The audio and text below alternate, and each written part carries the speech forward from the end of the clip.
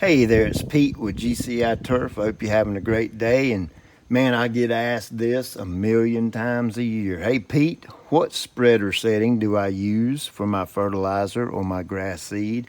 And my answer is always this: well, I don't know, because I don't know what kind of seed you're using. I don't know what kind of fertilizer. I don't know your pounds per thousand of nitrogen. I don't know your pounds per thousand of seed. I don't know what kind of spreader you use. I don't know how fast you walk. I don't know how wide your spreader spreads. I don't know any of that. So I can't give you a definite answer.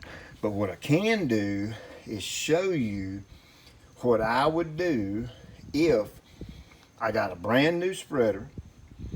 I'm using a fertilizer or a seed I've never used before. I'd show you my steps to go through to figure out what setting I need.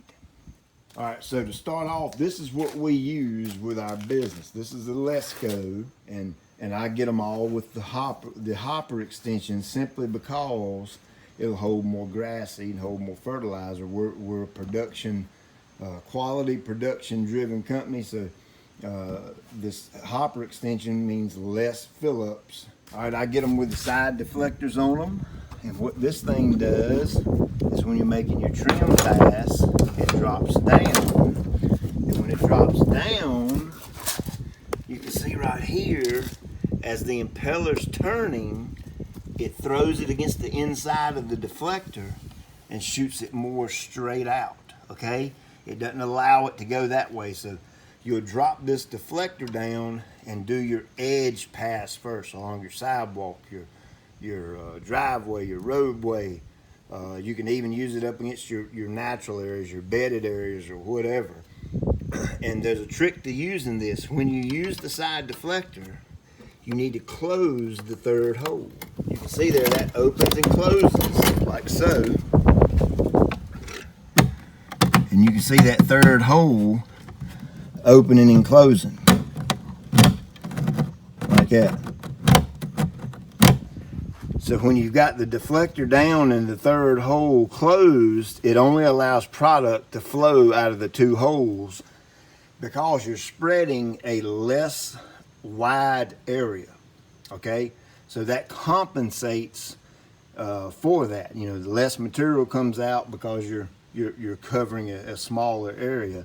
And then when you raise the deflector up, the third hole gets opened up. Okay, so to answer the question, what setting? Well, this is how I do it. This is closed. I'm going to set the thing on halfway. This goes to 30. So I've got it on 15. And you simply unscrew that little knob right there and it goes back and forth. And of course, this will represent any type of broadcast sprayer spreader you can think of, because all of them work about the same way. And what that's going to do is that's going to open the holes up about halfway, roughly.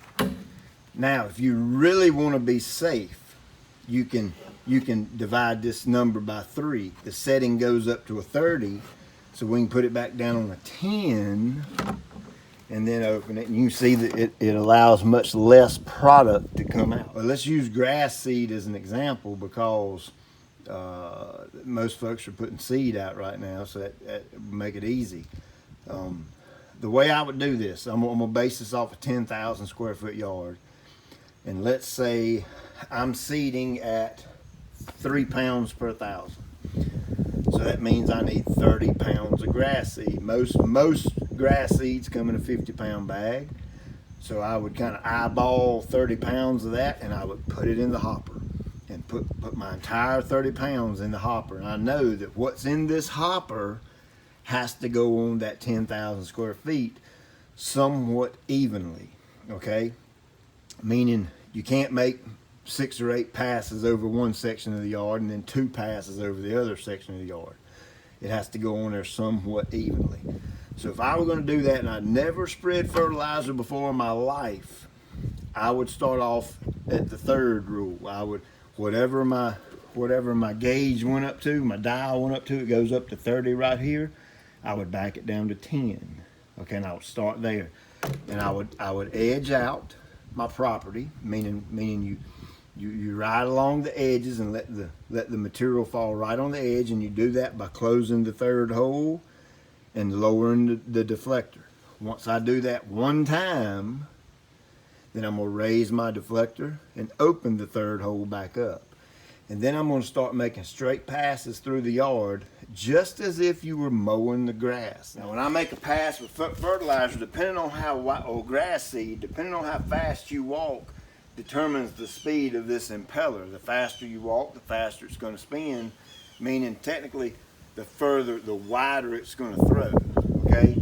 The slower, the more narrow. So you want just a decent, good pace walk. Don't try to run through the yard, and by all means don't crawl through the yard either. So let's just say we get about 6 foot on each side. So that's roughly 12 feet.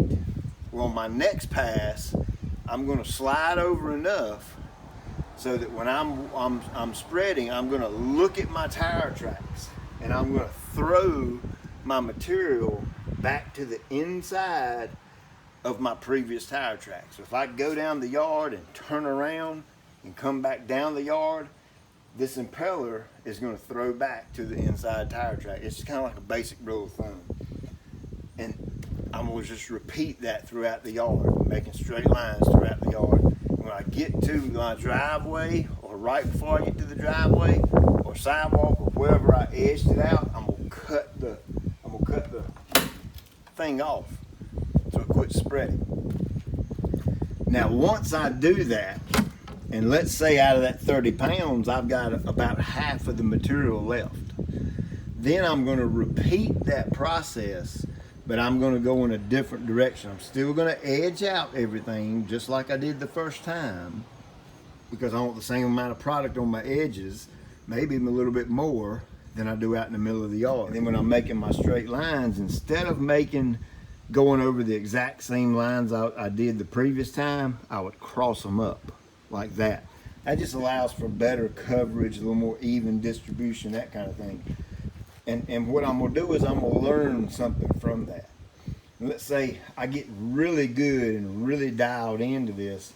I know that instead of running it on a 10, I could run it on a 15 or a 20 or whatever the math may work out to be. That's something you'll have to figure out on your own.